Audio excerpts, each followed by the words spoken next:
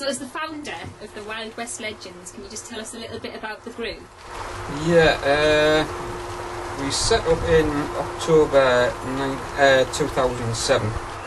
The reason we set up was really there's not that many reenactment groups around in the North East area, especially like what we want to do, because there's other reenactment groups, they basically go out and do reenactments where we want to get the public involved.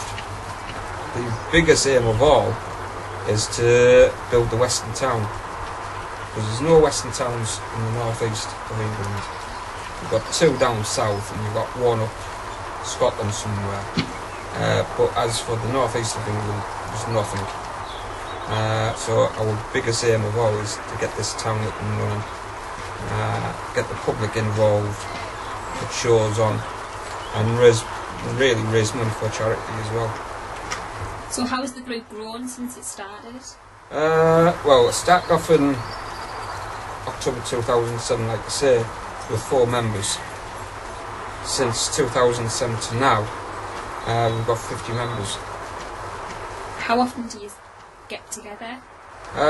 We normally get together once a month for like a round-up, and we'll also get together maybe every other week to do work on the town. So you chose the character Wyatt Earp.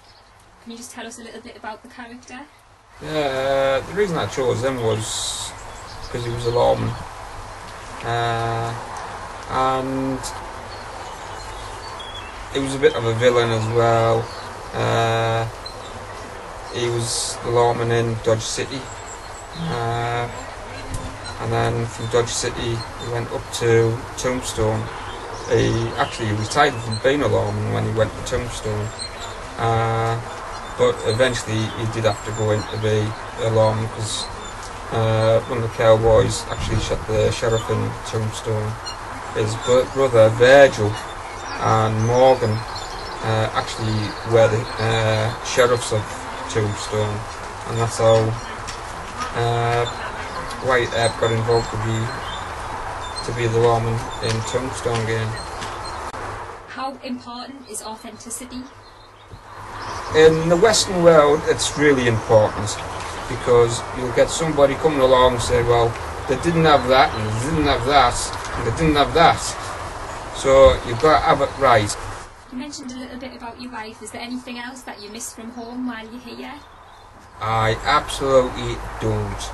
Apart from, well, I tell a lie, apart from my dogs, that's the only thing I miss. Once I come up here, I absolutely love it. I've got my horses, so I'll do a bit of riding, I'll eat like they were eating in the 1800s, I'll cook the way like they cook on Dutch oven stoves and the open fire, and I'll even do the actual recipes what they had back in the 1800s. But it's just being up here, it's nice and peaceful. You aren't watching the boring stuff that's on the television. This is my life. If I could, I'd live this life each day. You've got quite a big gun on your lap there. Can you tell us a little bit about that? Yeah, it's an original Winchester. It's a 1892 firearm, which was made into a blank firer. And it's the only blank firer in the UK that was made from original firearms. It is legal, and I'll tell you the value, it's £1,500 it cost me, and it is absolutely in prime condition. Have you ever surprised anybody when you've been out dressed up? Oh yes, hundreds. Especially when you go to a petrol filling station and you're filling up and you've got young ladies pulling up in these posh cars, and they turn around and they actually see me dressed in all my gear, filling my car up. They are very surprised, and there is a few smiles, there's a few laughs in the back of the cars as well. But the best one of all is when you go into the shop or somewhere and people are just standing there, couldn't believe what they're actually seeing. You get some sarcastic comments saying, "Oh, Cowboy Joe" and all this, but I just take it on the chin. It's nothing really. Have you ever gotten into any trouble while you've been dressed up?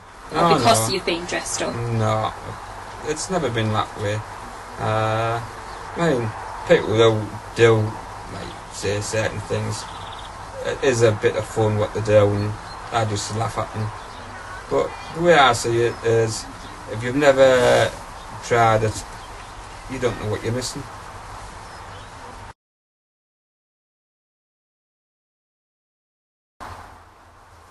So why did you choose Davy Crockett for your character?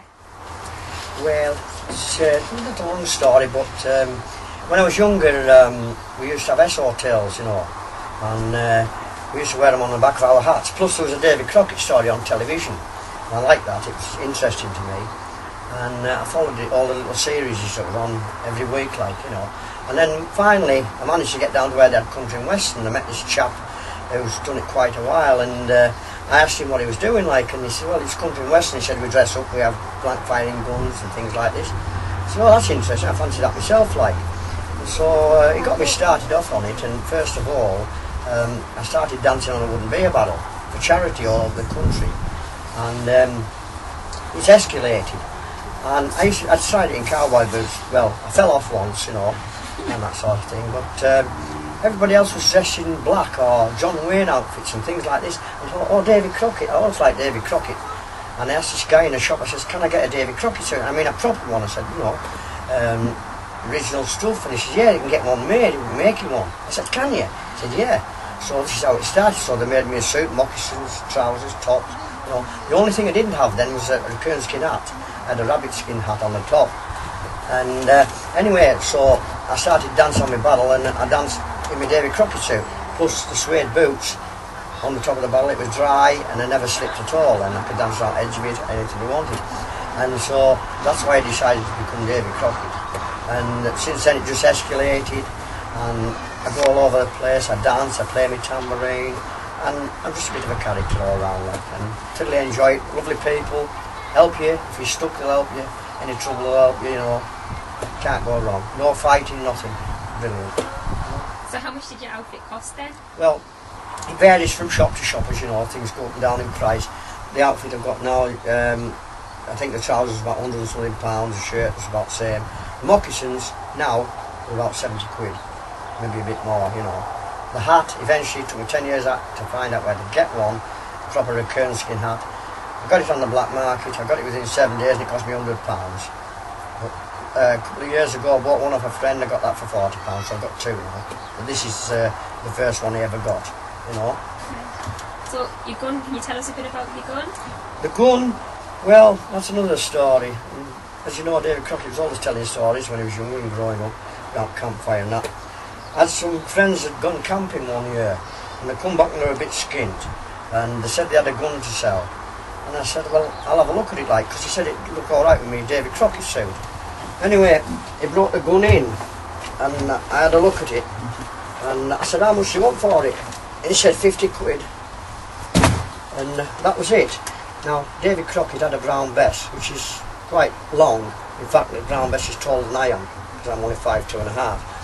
And I thought, well, that'll just do for me, just do it up to that. So I bought the gun off him, I've had it ever since, you know. An antique dealer says he'd give us £1,000 for it. It's a 17th century Spanish black powder firing rifle.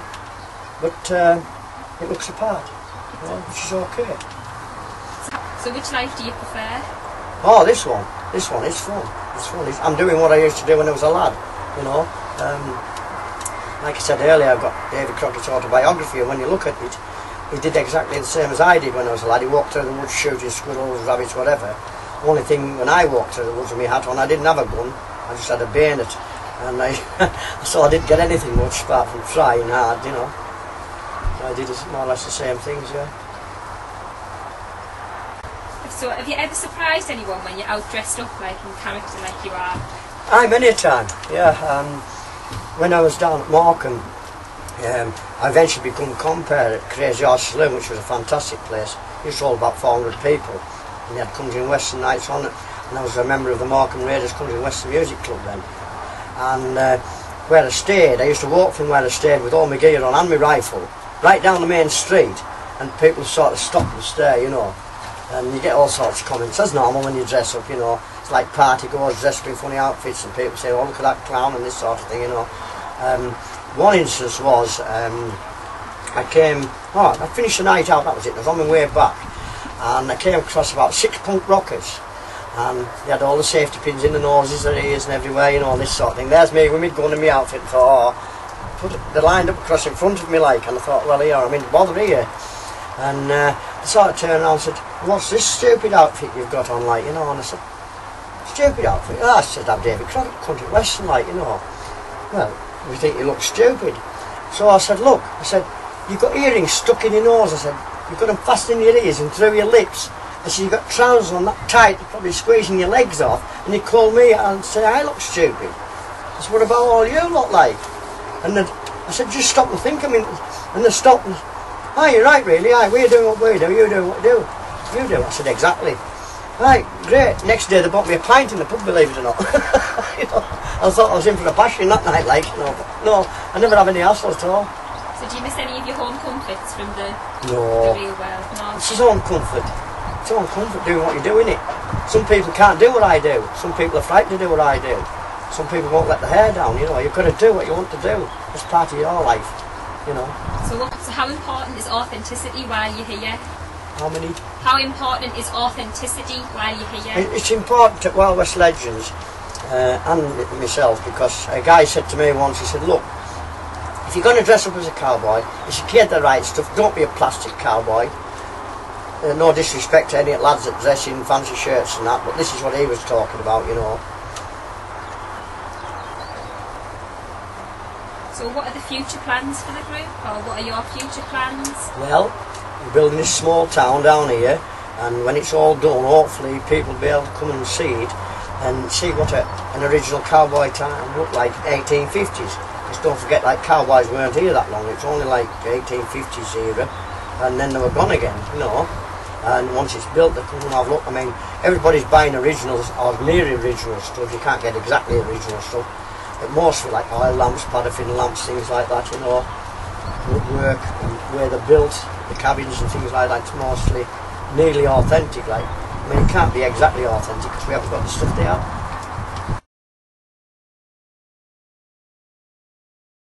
Is there anything you miss from modern life when you're up here doing your reenactments? Yeah, well, we've got running water in the vans, but it's the loo. The loo is the most important thing. But we manage for short weekends. And a nice double bed. It's double bed. Oh no, I don't miss the double bed. My husband snores, so. No, not really. It'd be nice if we had better weather. Is there a lot of difference in the cooking? The meals that are made? Yes, you've got to plan it. It takes obviously a lot longer.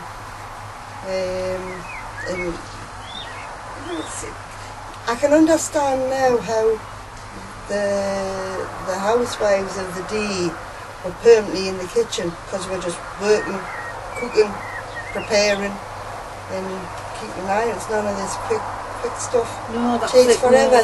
No microwaves. No microwaves, no nothing. Is there a lot of difference between being a woman in modern day to being a woman in the Wild West?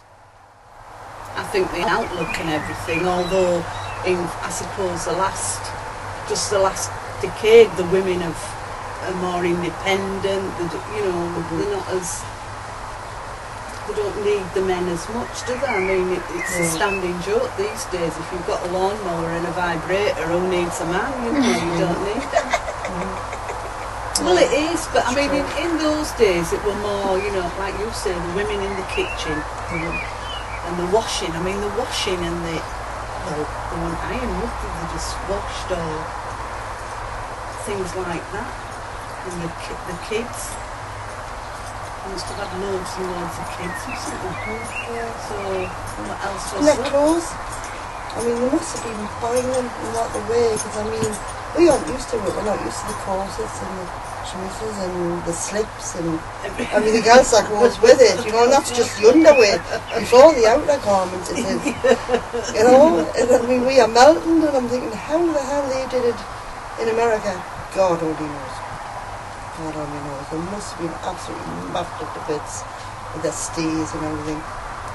I don't know too much about the history, but they must have had to make the gents closer with them that lived out, you know, on a ranch or a farm somewhere, nobody around them, wasn't there? So they must have been self-sufficient in everything, clothes, food, just about everything that's going. And their relationship would have been an equal partnership. The women would have worked as hard as the men did. And the kids as well. Yeah, and the kids would have mucked in. Yeah. Had to do things, not like the kids of today. I mean, the kids, what do they do today? Sat in front of computers, aren't they? So, but that's what these things need. They need the young ones coming through. Because the old lads, I mean, look at them putting 2 tents up. If we had a few 18-year-olds, it would be up and going, wouldn't it? But it takes them that long when they're getting old. Well, it was like Kelso. So you say you worked side by side to build the cabin. Do you think that's how it would have been back in the day? That's what I'm saying. That's the way it would have been. Yeah. Because, I mean, it's no good you having a partner just sitting there going, oh, what can it be nails, oh, what can it be hair? They had to muck in together. They had to. Well, they want to slide. It's as simple as that. Yeah. So when you go back to modern life, is there anything that you miss from this life? When your normal day-to-day activities, what do you miss from here?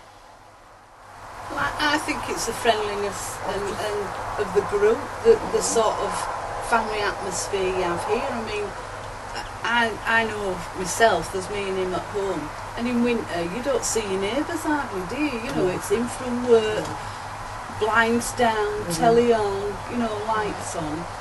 And whereas here, you don't have that, you know, you don't have a telly, you've got to make your own entertainment, which I mean, laugh. Last night we had a really good crack down there, didn't we? Just pretty daft stuff and what have you. And I agree, it's the people I miss. Yeah. Because, I mean, when we go home, we go to different clubs, we mightn't see each other for the next round up, you know, and hiya there, and, you know, and everything's fine.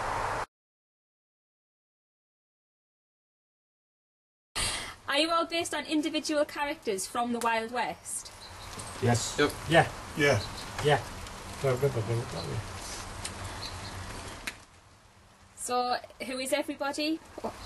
Now you've got Doc here, Virgil, Warren, James up, White's here at the minute. All of your outfits look really authentic. What's your favourite bit of your outfit? Mostly. The amount of waistcoats I've got. I like changing my waistcoats, you know. I don't know about Harry. He's got the figure, you see. I've got to try and hide my belly. He's got, you know, flattish, and I'm not as bad as that one, like, I'm good. But that's about mine. I like my waistcoats. I like shirts. I'm into shirts. Shirt. I like big front shirts. Well, Myself, I like the leatherwork, gun belts, try to get everything the way it was then. I do leatherwork myself, and I try to make everything as authentic as I can do. So that's why. All made by Doc Holiday. Mine's me. I like hats. I like different hats. Obviously, 'cause you can wear the same sort of outfit in a different hat, and it'd look like a totally different outfit altogether. So it's if you've got a collection of them, it's better because you look different every day. So that's what I like. Next. Have you ever gotten into any trouble while you've been dressed up? Yeah. One night I was got home from the club, and I had my cowboy hat on, and I went to the fish and chip shop, and this lad started taking the mickey, and another punter in the queue started arguing with the lad, saying where everybody's entitled to whatever. They finished starting to protect the lad who tried to protect me from the lad who was starting it on. But it all calmed down, it wasn't too bad. But that's the only time, really, I can think of that anybody's really bothered have a joke about anything. When you're at a club in a mixed audience, you've got the lads in the bar, and they don't seem to realise that we spend a lot of money on the equipment and the hats, and they think it's just a fun thing and you can go and grab a hat off your head, you know. They didn't realise they maybe paid 85, 90 quid for it. They think it's just a fancy dress, isn't it? Play with. That's what I think it is. It's a more fancy dress than a hobby. Apart from that, yeah, it's alright. We expect that sort of thing sometimes. What's your favourite gunfight scenario? Favourite? We've got a favourite. We've got a group of favourites. We do like the gunfight, the OK Corral. Bank robberies. Like I say, we always try to put a bit of humour in it, so we do some humorous stuff and pinch lines off other films and stuff like that. Basically, it's ad living as you go along. You've got the basic concept, but every time you do it, it's different because you just ad lib.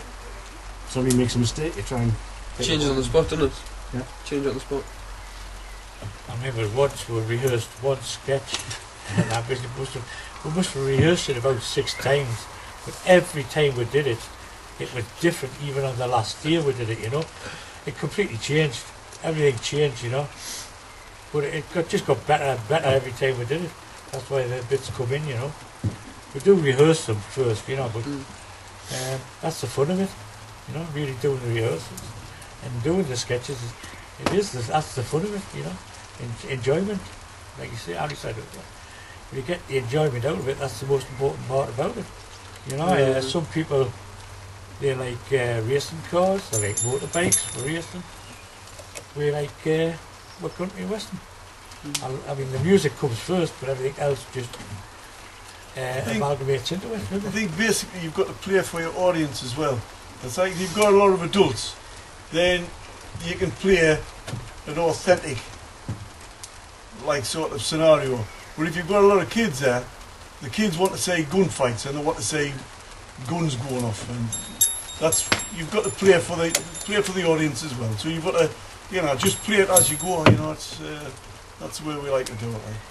That's why the bank scene that we do. That's why it plays and everything, because you get more interactive with the audience, because you're sort of right next to them, and they shout and cheer and they sort of point here and point there. I think that's one of the best ones for interactive wise. That scenario. Yeah, and that one you do get a lot more of the women involved in the scene as well, because the women are in the town as well.